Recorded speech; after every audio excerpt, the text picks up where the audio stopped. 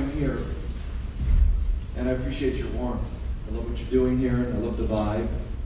I love a little bit of conversations in starting. We were talking a little bit about, before starting, about these kinds of organizations, spiritual gatherings, and it's a haven, it's kind of an oasis that we come to. And we all need to live to that, knowing that people come to drink, and to have food for the soul.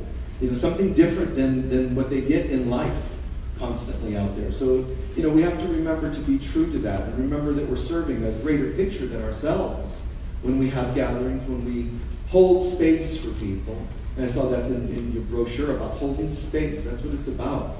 And we forget that. Now, holding space means we too have to be disciplined, and not act crazy. There's enough crazy in the world. So we're holding a space that is sacred. It means something. So holding that space, it's an amazing thing because when you hold that space, people will come. People that are attracted to love. You hold a crazy space and people that are attracted to crazy will come there too. It's just, what do you want to come from this? Out front, you had a couple of children. It was kind of great. They were holding signs out there. And I pulled up and I saw them and I said, "Hey there," rolled down the window, "Hey, how's it going?" They said, "Great." And I said, "Is this the right place for me?" And they said, "Well, come in and find out." So I thought, this is great, man. She had an answer ready, She's already channeling at this young age. So, and I appreciate so many folks. There's actually a handful of people in their own right, separately, from Sedona here today, and people from all over Florida. So thank you for driving the drive and making the trip to be with us today. One of the things I see that are going on, there's a lot of things going on in the world, but one of the things I love to do is to check in with people to see what's going on for you. What's going on for you individually and or globally? What do you see happening that you believe isn't quite getting fixed, isn't quite healing, or it's a recurring thing for you?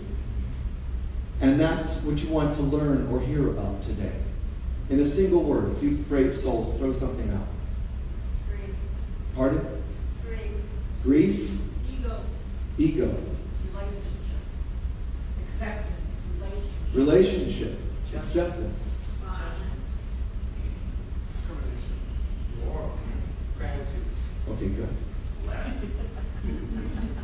All right, well, let Spirit have Spirit weave that together for us. The first thing that comes to mind, and is in relation to what they primarily study here, is the continuity of life, the connection of all things. It's one thing for us to say the words, "Oh, isn't it beautiful?" We can sing it. Everybody's love, everybody's peace, oneness. We got bumper stickers that have cool spiritual words. It's another to get it, and then even another to apply it, to live it. And to me, living it is the big challenge. People, it's the lip service. Some of the songs here today were already saying things along these lines. It's easy to hear these things, very easy to hear. Look how Jesus says, he's doing his work. And they start criticizing him, of course. And they're like, "Yeah, who do you think you are?" And he says, "Well, let's find out. Is it easier for me to say the words or commit the action? Get up and walk."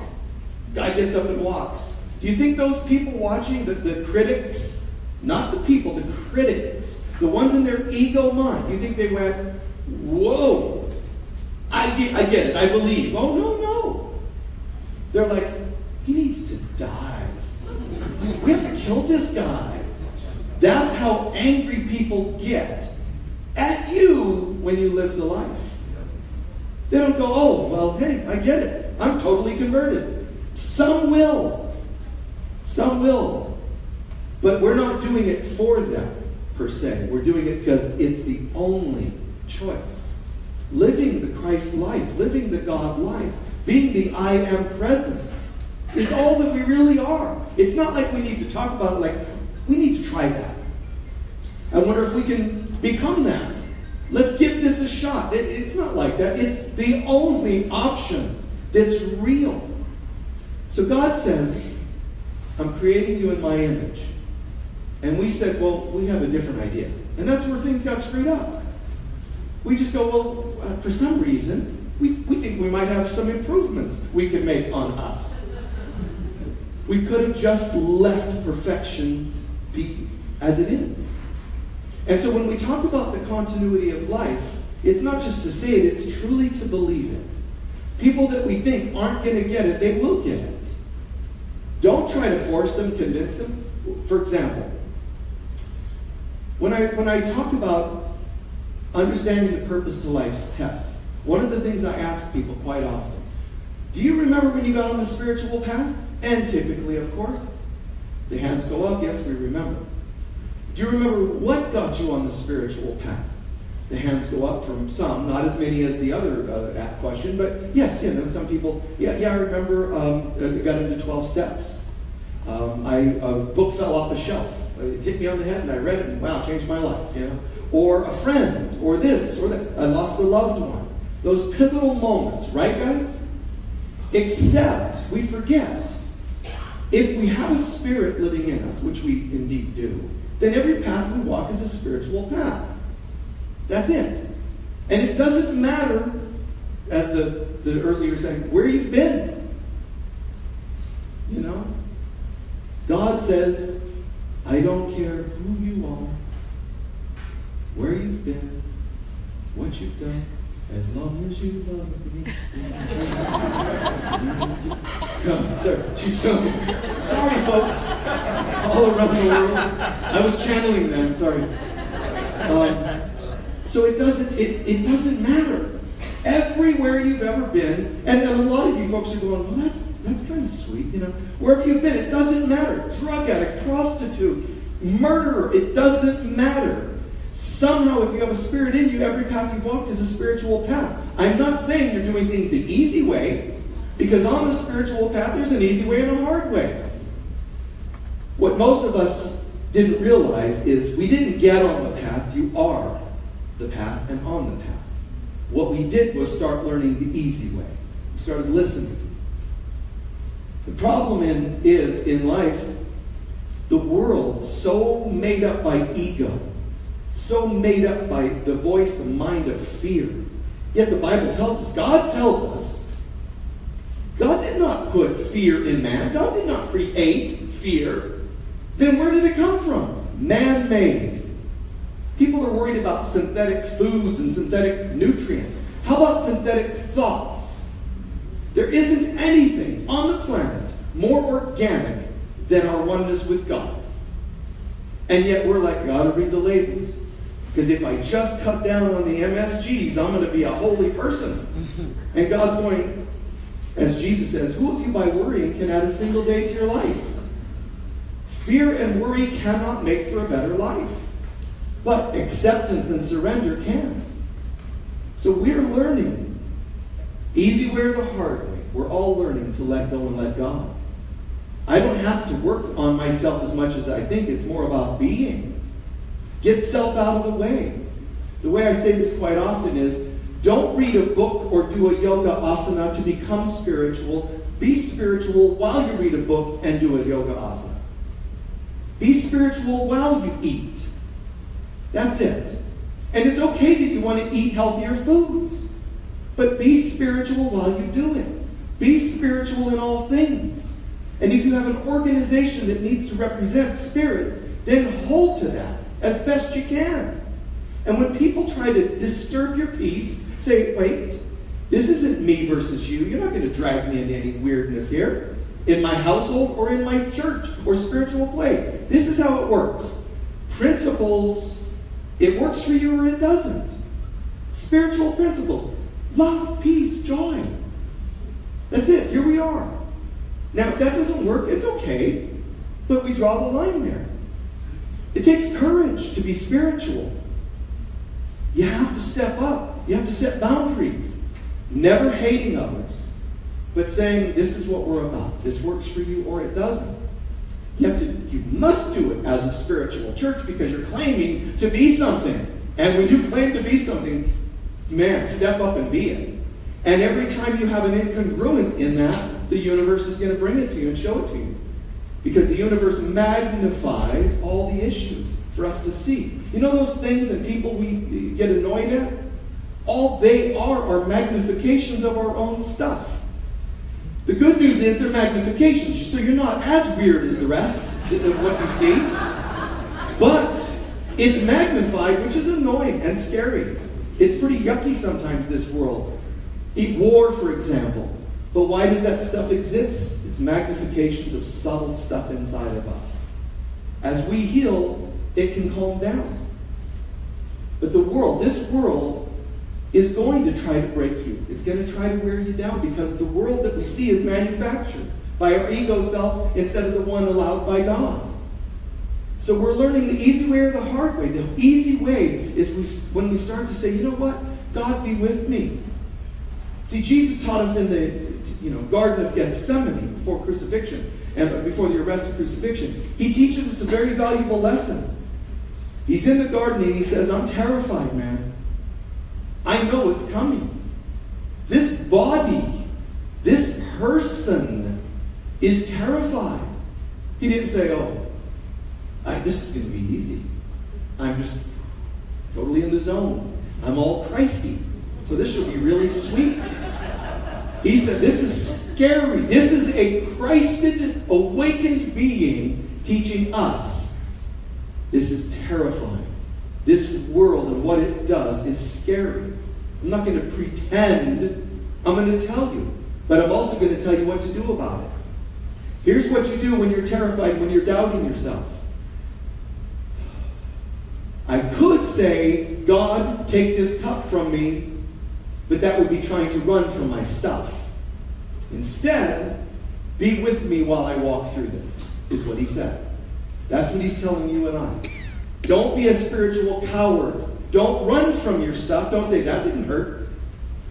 When somebody, gives you papers for divorce. Somebody's like a little testimonial over there. Yeah. But don't run from it. Be the light of God wherever you are. Call in that presence.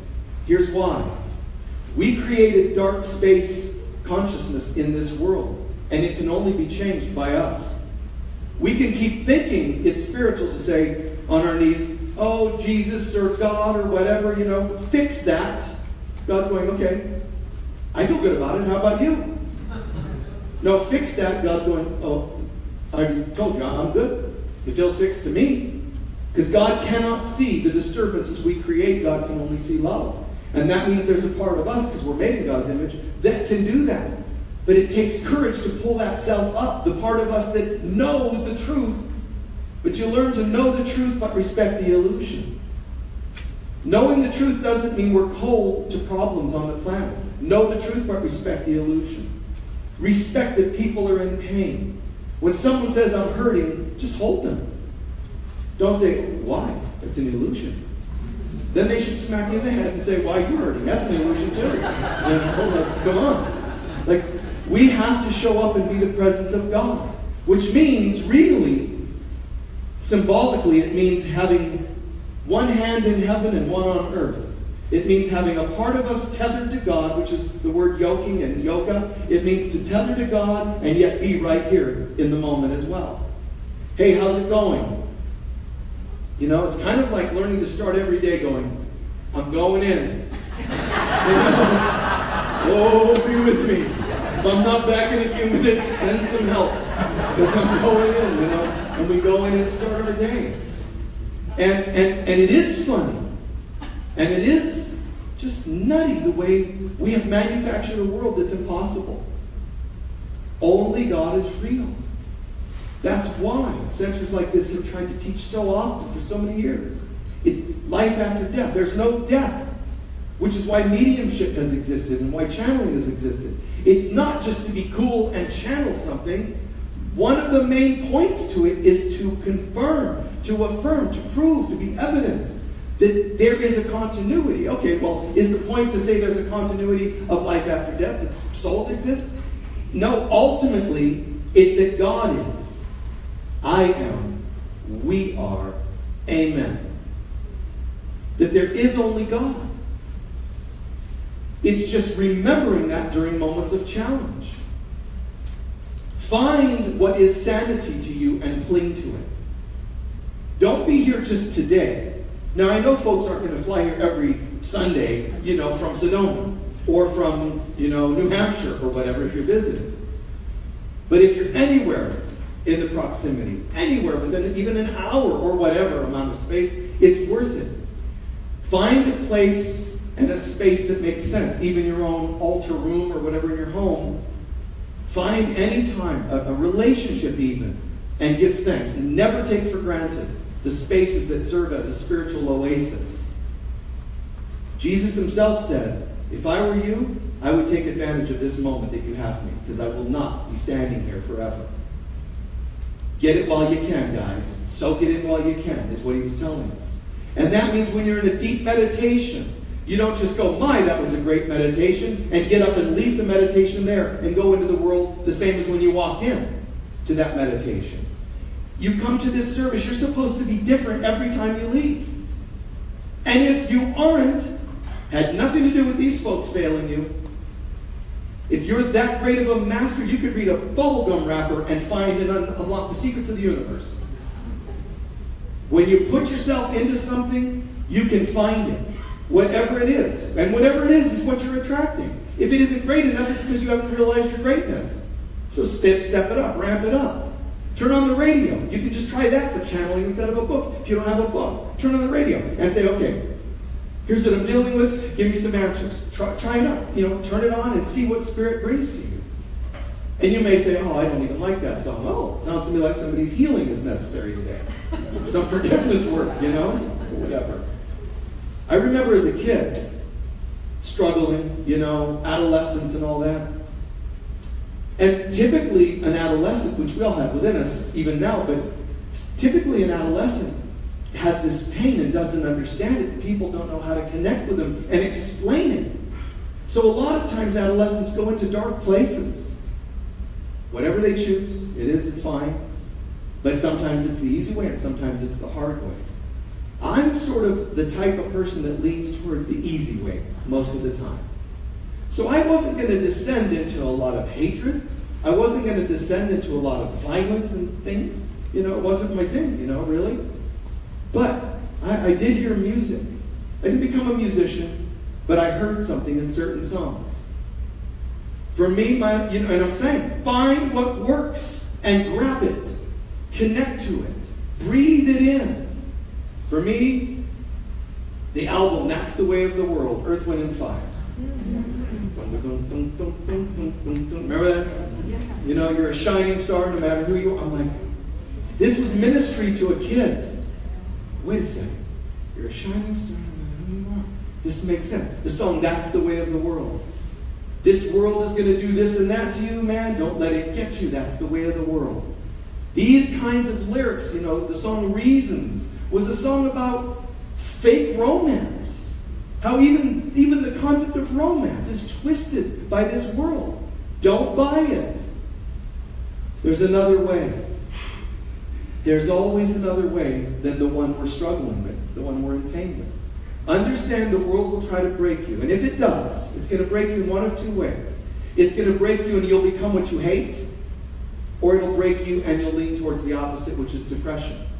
It'll break you and you'll become enraged, or it'll break you and you'll become sad, leaning towards sadness. Neither of these is God's will for us. So at any moment we can say, I was a drug addict, or I did this or that. All of those things are actually not causes, those are symptoms.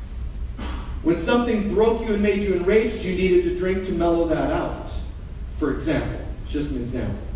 You needed to smoke to deal with the feeling inside of either the high energy, anger type, and responses to life, or the broken ones. But they're all eating, all the addictions are a reaction to us being spiritually broken. Or as they say in the program, it's not a drinking problem, it's a thinking problem. And the ultimate thinking problem is that I am not as God created me to be. Which isn't true. And that's why A Course in Miracles asks you to say, I was mistaken.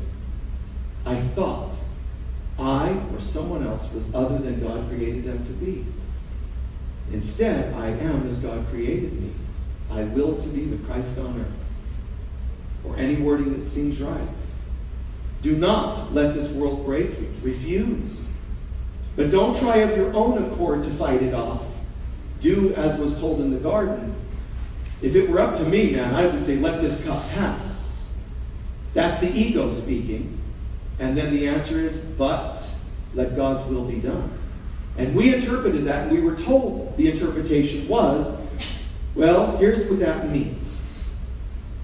Jesus was saying, let this cup pass, which is like a human being going, if it were up to me, I would say, hey, you can skip the crucifixion and beatings, Jesus, but let God's will be done.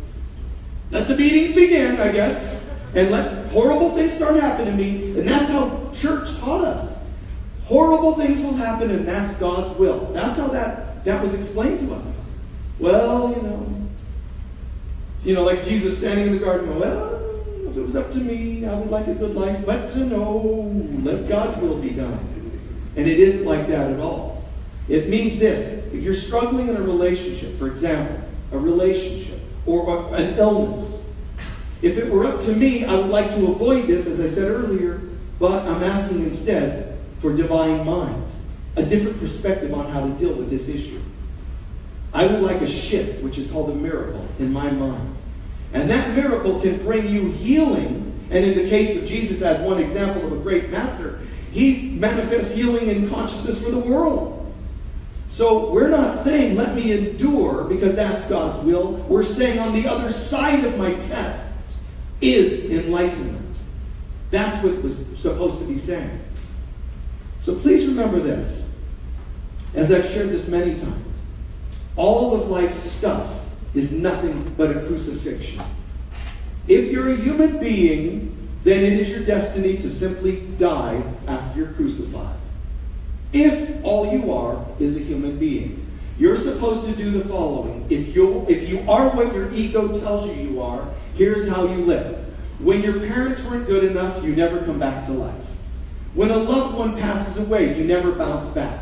When you lose a job, you go into depression. That's all us being crucified by the world and dying. Is that our destiny? That doesn't teach continuity of life. What do you think it means? The metaphor of life after death, spirit still existing after body, is supposed to be the big picture, which is you are as God created you. You are immortal. Not just you'll die and you continue. It's you're immortal even through life's experiences. Let nothing crucify you. Do not stay in the tomb. Get up, Lazarus. Get up and walk. Move. Come on. But I don't understand. How am I supposed to do that? Someone died. Yeah, you died. Come back to life. No, but I lost my partner. What does that have to do with anything? Get up. You didn't die. Get up. They're alive. Why can't you be? They're the one who died. And you're acting dead. Get up. Yeah, but my kids, they don't get good grades anymore. Get up. Move. But I thought I was going to be married forever. Oh, get up. Move.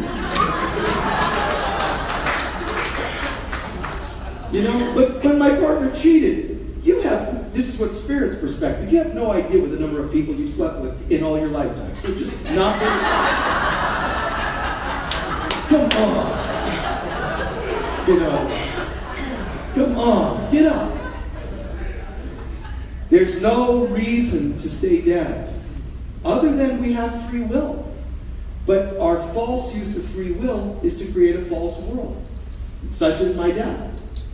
So the metaphor in ancient Egyptology, Osiris, legends of Osiris, Horus, the what they call the life and so forth of Jesus, and so on.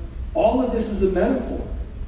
We're supposed to resurrect, guys. I'm saying this and I mean this. It's not just spirits beyond, it's you beyond.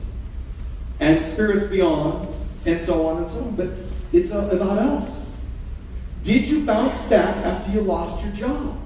And I'm telling you, I mean, this is, when we go through a lot of tests, it's called the dark night of the soul. And you're still supposed to resurrect. Every year, pagans celebrated new life after what seemed like a dark period called winter. But they celebrated resurrection. And it's amazing because we have people in modern times, supposed to be evolved, civilized people, and they can't even get that. Go back to the pagan self and say, wait a minute, continuity of life. What I'm saying in a nutshell is, whether you've gone through divorce, whether you've gone through near-death experiences, whether you've gone through this, that, or the other, addictions, that was not the God self. That was the false self dying. I lost my job. Yeah. Do you know how many times you complained about that job? You didn't like it anyway. Go find your soul's purpose. But my partner left me. I thought they were my soulmate. They weren't. They were just a cellmate. You need freedom. Get up. Get out of jail. You gotta get out of jail free card. But they left. Yes. Thank God. Freedom. Free at last. Free at last. Thank God Almighty. We are free at last.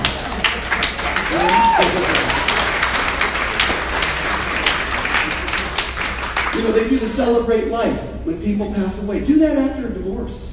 You know, do it in the courtroom. Wouldn't that be great? Your Honor, I got nothing to say, man. You see this smile? This is nothing. I'm not trying to be rude, Your Honor. It's just like, oh my God. You know, it's okay. But also, please, be that for other people. It doesn't mean overly celebrates when somebody's miserable, but inside, you know the truth. You can keep a straight face because you know they're suffering, but inside you know when you take their hand, I can, without even a word, I can feel it in me, and without a word, I can take their hand and convey, without a word, you have no idea how good things are going to be now.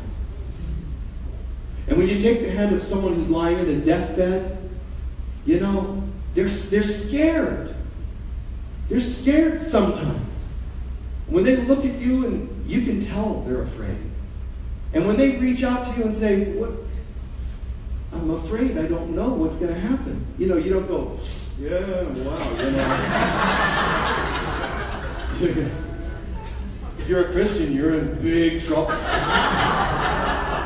If you're a Buddhist, you'll be back and you'll do it again. You know? Like, I don't know what to tell you. Look at the sound man over there. They're all cracking up. What do you do? What would a good person do? It's going to be all right.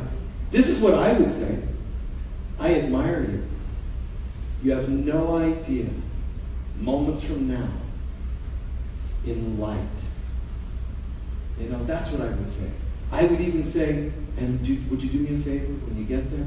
Would you do me a favor and say some prayers for me? Because that reassures them, oh, I have value? Yes, you do. You have no idea, man. It's okay. You see, that's bringing people to the light. Life based on the ego is a dark tunnel. And there's a light at the end of that tunnel. The ego wants you to think it's a train coming at you. And it isn't. It's the light of God. God be with me. It's terrible to go through tests of life in the dark night of the soul. It's hard. It's scary. God be with me while I walk through this. Not save me from this. Please remember this, if nothing else. Stop praying for God to save you from the world. Stop praying for God to fix the world. God's going, I don't get it. I don't have any problems with the world. I only see beings of light. Well, no, but look at her. Look at him. You know what he did? You know, just a little tattling kind of thing is what prayer is. Look at them. When you pray for somebody to be healed, I know it looks good or seems right to go, oh, dear God, you know, they're so sick and that's so terrible. You're actually affirming the sickness. Why? And then it's terrible. Oh, no, but this is a big sickness, Lord. You know, I wouldn't be calling on you except that it's a big sickness. God's going, so you're evaluating these things now, huh? And if it's that big, I guess nobody can fix it. Instead, continuity of life. If I see you having a problem, it's like the Ho'oponopono prayer of the Hawaiians, which is to say, if I see fault in you, sickness in you, lack in you, one of you had brought up the question of lack. If I see any of those things, our job is almost essentially, you don't have to say it out loud, but our job essentially is to say, oops, my bad. When instead of God, there's war, oops, wait a minute. War is a reflection of me. Sorry, my bad. Please forgive me. War, please forgive me. This was an error in my mind. I love you. I love all the people. Instead of good team, bad team, this race, this gender, that gender. Nah. Oops, my bad. I want to see this as God sees it. And when we do that, everybody turns to light. If I asked you, if you're very judgmental in some spiritual rooms, some people could say, oh, no, I'm not very judgmental. Just look around the room, just for 2 seconds right now. Just look around the room and notice who's in the room. You see different people. Okay? Very simple. And you just confirmed that you're actually judgmental. Because when you looked around the room, you actually saw a difference in genders and skin color. You did. And hair color. You saw people. Those people are not there. They're only there because they are waves of light freeze-framing for our amusement. Because we have opinions. Because we think there are genders. People's energy freezes to be that. When we let go, truly let go of judgment, all we can see are beings of light. All we can not only see, we start to feel beings of light. And that's why when we pray and when your chaplains and healers do their work, they're not trying to fix your flesh, they're affirming the light. And that's how the healing comes. Back to where we started, as I'm almost done. Back to where we started. Spiritual path, whether you know it or not, we're on the spiritual path. And we can go, yes, okay, thank you, Michael. That's great to hear, because that means even during my challenging times, I was still on the path. Great. But it also means you have to apply this to your children and your partners. So instead of, gosh, I wish my partner would come to church with me and be on the spiritual path with me. I wish my kids would get on the path because I'm worried. They're struggling. They are on the path. Leave them alone. They are on the path. You already said, and you loved hearing it when it applied to you, that wherever you've been, you're on the path. What you mean to say, and you should say to them, honey, when you go home, honey, guess what? Remember I've been saying, why don't you go with me? And I wish you would read with me, and I wish you meditated with me, and stood on one foot, and ate all the same foods I ate, and all that with no PhDs and BADs in the food, and all that kind of stuff. I wish, you know what? I realized I was trying to get you on the path, but I was trying to get you on my path. But my path ends right here. It's me. My path. And to the kids, hey guys, sorry about that. What I realized, everyone is on the path. Because I can't steal that for myself and deny it to everybody else. I have to apply it for everybody. Everybody is on the path. So partner and everybody, my bad, I'm sorry. I guess what I was trying to say is you are on the path. But what I was trying to say was sometimes it's hard for me to see when it looks like you're learning the hard way. That's all I meant to say. I struggle. See, that's owning responsibility, which is also in your booklet here. Responsibility. I was worried, which then is also called faithlessness. I was concerned that because you didn't read my books and do my yoga postures, that you had a problem.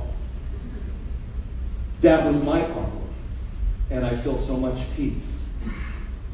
And that's what it means to let go and let God. I don't have to fix the world, per se. I have to heal my mind. I have to heal my consciousness. So as I come to a close, God is, I am, we are. See, one time with me. God is, I am, we are. And so it is. Right? And so it is. That's the truth of God. I don't have to manufacture anything else. It's the truth of God. And when you find What works for you, like I said, as a kid, Earth, Wind, and Fire. Do you understand that Maurice White, for example, this leader of Earth, Wind, and Fire, this guy believed in metaphysics, believed in life after death, believed in mythologies and Egyptologies and so on and so on. He believed in all this. He had Earth, Wind, and Fire. It meant there were no water signs in his band. 9 members of his band, man. He was numerologically a 9. He lived this stuff. You live it. Life still comes. Life still happens. He still passed away. But understand, wherever that guy is, if I'm the only one who ever heard his songs, his music, and it changed my life, wherever he is, it makes his wings bigger to have somebody saying thank you. Even without words, you changed my life, man. You kept me alive as a kid. You see, that person's wings grow. Never stop saying thank you in your mind to the people that have made a difference. And never stop making a difference, because your wings will grow. Heaven isn't like a static place. You just show up. Hey, hi, I just got here. Where's God? Oh, God's on the east side of heaven today. Heaven is the consciousness of God. You don't go to heaven, you grow to heaven. And you're either seeing it, feeling, connecting, or you're not. And if you're not, it's still there and you're still there. But you're choosing not to tune into it. That's all it is. But heaven is not a static place. Heaven, when we pass over, there's variations and levels and all that, but when we pass over, when you want to experience heaven, know this much. The heaven you will find on the other side is the one you created here. The levels of gratitude. Now, that doesn't mean if tomorrow you die and you haven't changed your life, you go, oh God, I know where this is going. Could very well be true. But if in one split second you get it, you own it, you surrender it, you're already owning the mind of God again. And then you have a heaven again. You can only not have heaven when you refuse to have it. But remember, when you get to the other side, and while you're on earth, heaven is made up of the love you have extended, and it comes back to you. Heaven is the good you've ever done in waves of feeling coming back to you. So do lots of good. Be good. Don't preach it. Be good. And being good, as I started a bit ago, takes courage, but it also takes boundaries. Never hating people that don't match your boundaries, mind you, but this is what it's about. One of the biggest struggles people have had, I've been at Unity of Sedona, is here are the principles, love and so on, here's the principles, and when somebody wants to try to break that up and pull that over here, no thanks. You know, so they're pulling it, snip, and they fall down, because they're tugging so hard on that string, rope, snip, they fall, and they get mad at us. Oh, I don't like you. Sorry. That's it. Center. People will get annoyed at our goodness. Never let anything take you off center. Why? Because there is nothing else. There is nothing other than God, so why not live the God life? Be good people. It doesn't mean we have to wear robes, white robes and wear sandals and walk. It doesn't mean we have to do it the way other people do it. Wherever you are, how can you be that light? As a mom, as an employer, as an employee, how can you be the light? But I will say this, water and feed the seeds of love inside. Water and feed the seeds. Keep creating a better life. There's a movement, man. It's in consciousness, and we're growing to heaven. It's not like, there's somebody's going to just step in and take you to heaven. You grow to heaven. Stop making it other people's responsibility. If only somebody didn't leave me, I would definitely be in heaven. Now that person becomes the Savior for you to get to heaven. Through your forgiveness, your healing. I'm not saying you have to live with them again. But, can you come to peace? Can you forgive everyone for the roles they play, showing us, magnifying for us our lessons? Then empty the cup and let the cup be refilled. I have died today. And as great, a lot of cultures in the past said, die a good death. Man, I'm going to die a good death. Somebody just broke my heart. Cry it. Get a pillow. Scream it. Move it, man. Don't go. I'm totally fine. As it starts to eat you up inside, ulcers. Just, oh my God, I'm sad. Be sad. Cry. Let people hold you. Do what you need to do. Get it out of your system. But when you're done, get up and walk. Rise, Lazarus. Come forth. Because if you do, crucifixion comes, you are meant to resurrect. After you resurrect, you then ascend in consciousness to a new level of consciousness. So many things in the Trinity, the triangle, the trifecta. Crucifixion, I used to die in a crucifixion, no more. Crucifixion now leads me to resurrections, and resurrections lead me to new levels of consciousness permanently. The next time I go through tests, I handle it even better. Move through it even faster. Closing comment, do not assume to judge yourself or evaluate your spirituality by whether or not things happen to you in this world. They happen to everybody. If you're going to evaluate how you're doing in your consciousness, it's not by whether stuff happens, it's how quickly you catch on and bounce back. That's it. Please take a few centering breaths.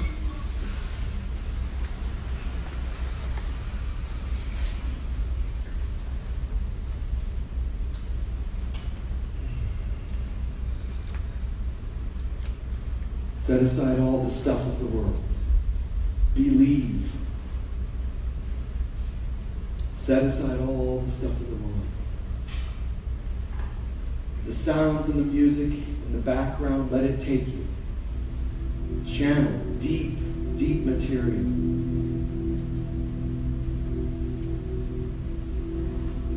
Blessed soul David Young sharing with us here musically. Just set aside the thoughts of the world, all the stuff, concerns, cares, even beliefs and opinions, as much as possible.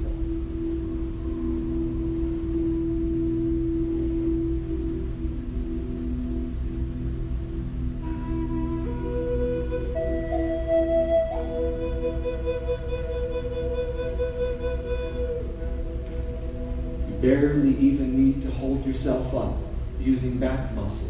Just barely.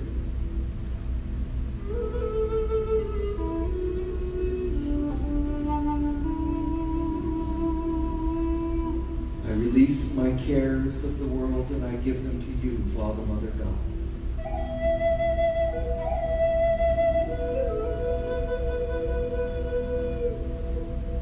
Because you care for me.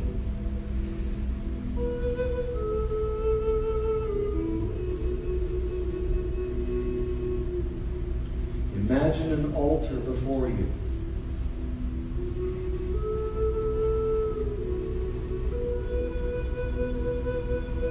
And on this altar, we put something of our little selves, our past, our opinions of ourselves or other people.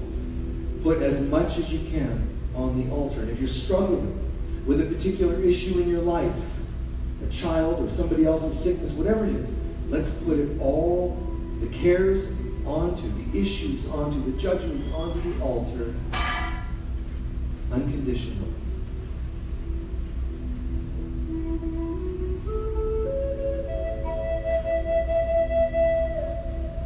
I need to do nothing.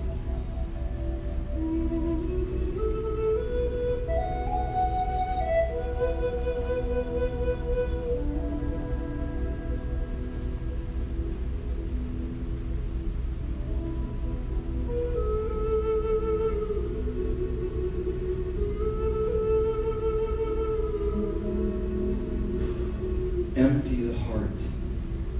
Empty the mind. The tensions off the shoulders. The worries, concerns. The ego ideas that we can fix of our own mind that created the problems. No. I choose none of this as my master.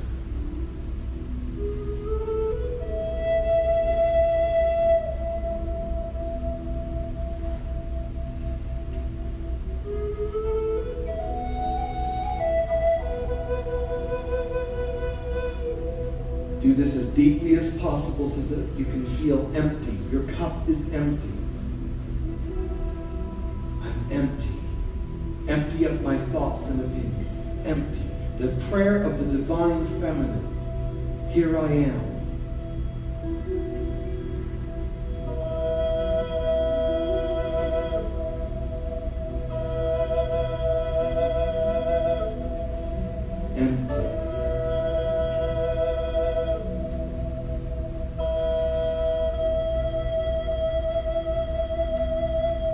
Channel of God, a channel of light. Here I am.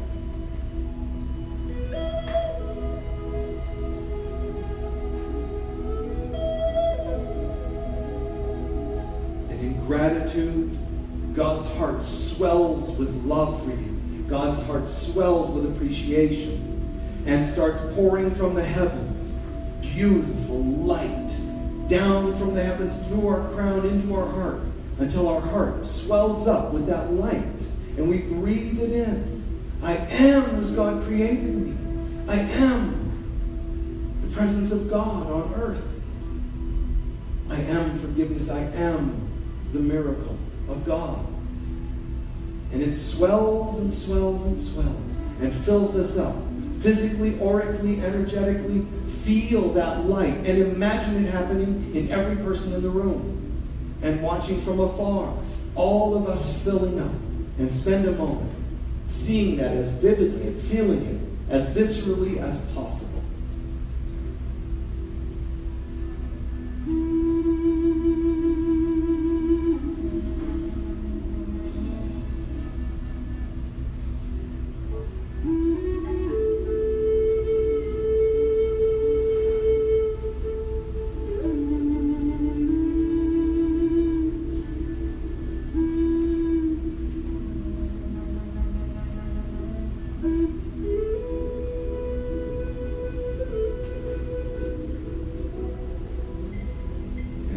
Runneth over.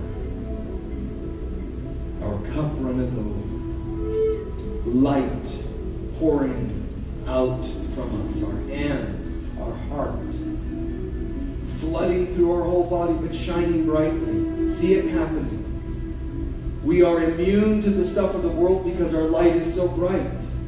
See it shining upon this room, each other, and out to the community, out to reach to your children, ancestors of the past.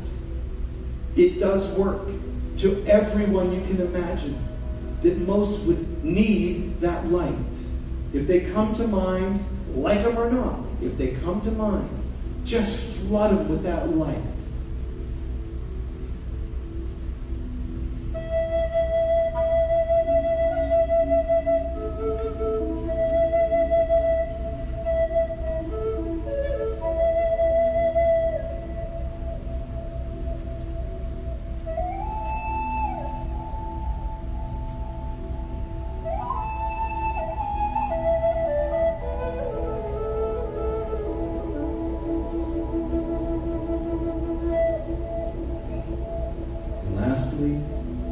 We begin to affirm in our mind, I surrender my life to God, to Spirit. Therefore, my life reflects the abundance of God. I surrender my life to Spirit, to God. Therefore, my health reflects the wholeness of God. I surrender my life to God. Therefore, my friendships reflect the love, connection of God. I surrender my life to God, and I now experience the fullness thereof. My life is God's, and the fullness thereof. In health, wealth, and wisdom, I am the presence of love, peace, joy, and abundance. Now my job is to remember this and live this. And in advance, I give thanks.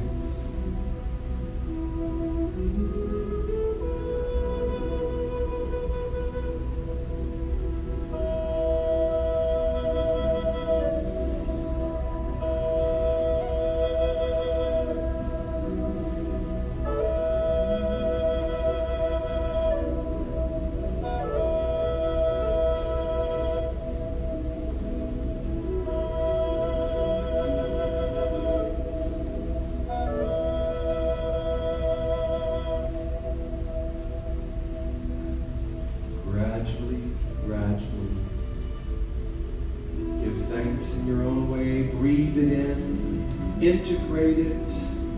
Breathe this into your bones, into your blood. Don't leave it in a meditation or in this room when you leave.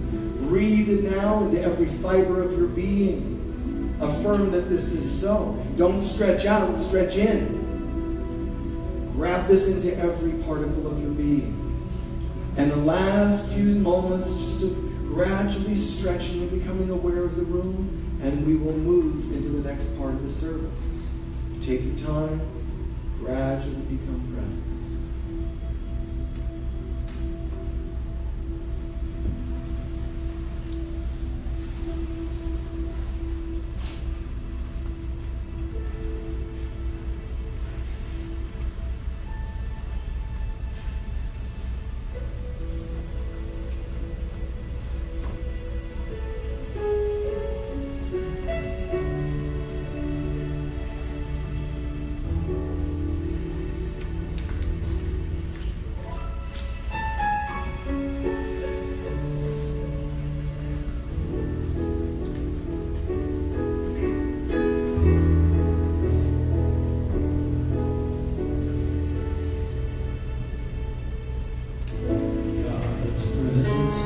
I surrender all the thoughts that are deep.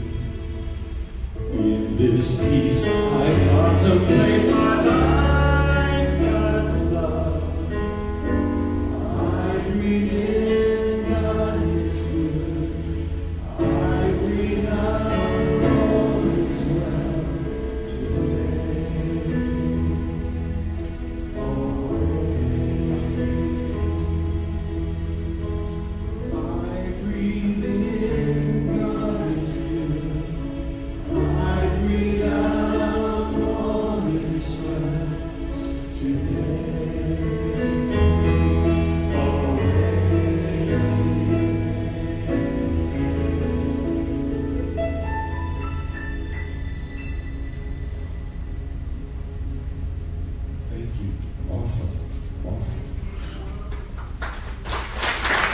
Let's show our love and light to Michael Mirdad this morning. Thank you.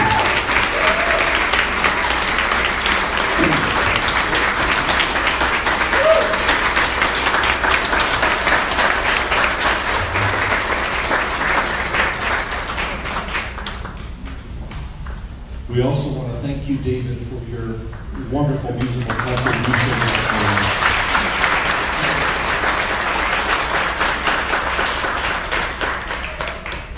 There were times in and out I was trying so hard, Michael, to meditate, and I kept getting caught up in the musicality of everything David was doing. And I had to reel myself back in where I needed to be. But great big God bless you. We're almost finished today, but I will tell you we've got a few more important things that we want to do to support everything that's been happening here this morning. First of all, we want to make sure to welcome those of you who are here for the first time. We're so glad you're here. And I do believe that we passed out connection cards. Did we do that, greeters? Thank you so much. And if you'd be so kind to fill that out and put in the offering plate as it's passed, that'd be your offering for us this morning. We thank you so much for that. And God bless you. We do something really special here. And in just a moment, we're going to do it. But I want to remind all of our volunteers, everything that we did yesterday and today, when church is over, if you could please undo all that, please.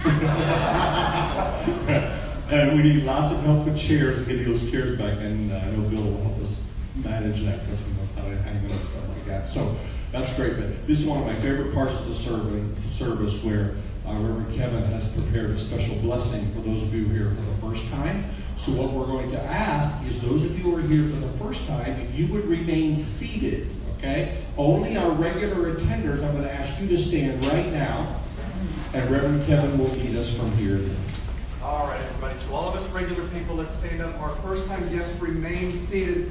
This is our time to honor your life that you have brought to our garden of souls, okay, today. So all of the regular people, let's do this. Let's lift up our voice. Let's send it through our hands. Extend the power of the universe to these beautiful souls. And let's say together, we recognize you. We recognize you. We see who you truly are. We see who you truly are. The spiritual image, the very likeness of God. the spiritual image, the very likeness of God. You are magnificent. You are magnificent. And today we celebrate your life. And today we celebrate your life. And welcome to the Metaphysical Chapel.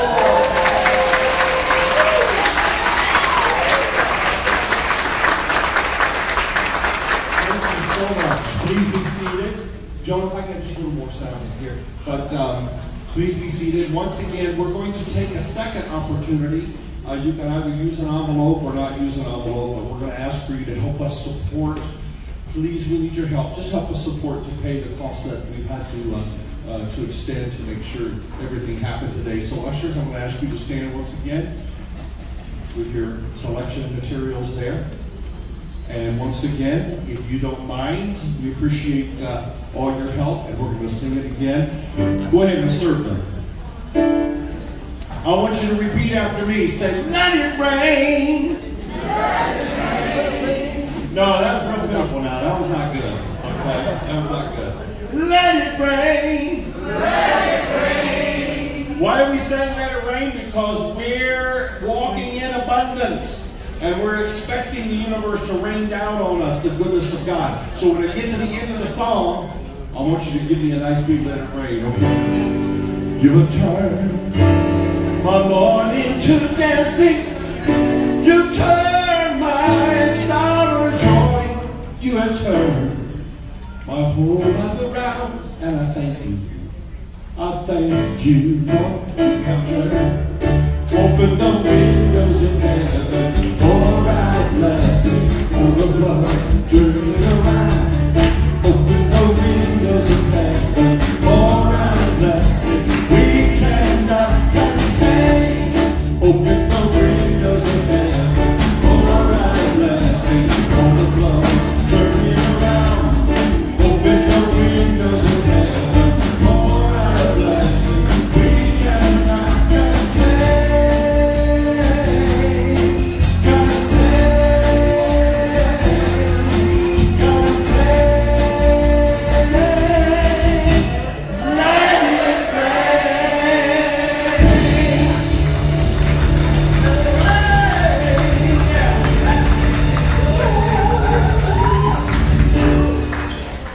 God, we extend our hands toward these offerings and we offer up our gratitude to the universe that we walk in abundance, we walk in healing, we walk in love, we walk in light, we walk in health. And again, we are grateful, grateful, grateful. Thank you, God. Amen and amen. Woo! Awesome. All right, stand to your feet if you would, please, and join hands across the aisle as we affirm together.